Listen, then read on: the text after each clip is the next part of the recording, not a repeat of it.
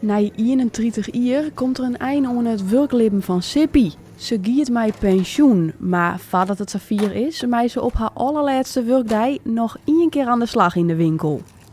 Ja, het komt nog helemaal binnen, ja. Het is alweer speciaal. Er hangt een hele grote foto en klanten nemen afschiet en toch wel dubbel, ja. Aan de ene kant, het is zo. Ik heb de leeftijd om op te houden en maar je neemt toch afscheid van je werk dat ik heel graag wil maken. Wij hebben een hele fijne ploegje bij de Plus, dus dat zie ik ook zo missen. Maar het is loslaten. En wat zou Sippy nou het meest missen?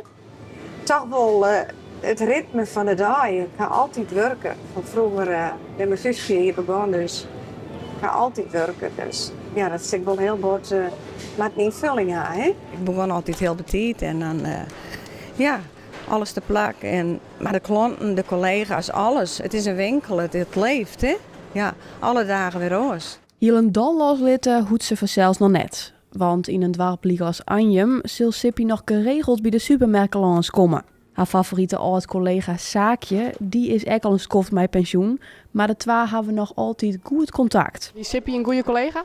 Hartstikke goede collega, al even Sippy. Ja.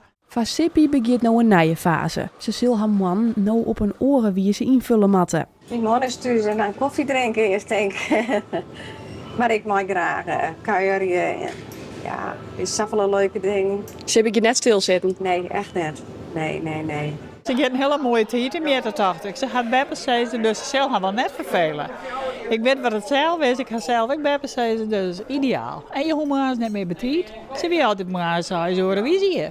Dus alleen maar leuk. Om deze laatste dag extra bijzonder te mensen komen vrienden, familieleden en oud-collega's delen in de koffiepauze. Maar zien allen haal je ze oud herinneringen op en geniet je ze van een stuk gebak. Sippy krijgt ook nog een vastplak op de Wall of Fame. En zelfs dat is nog net alles.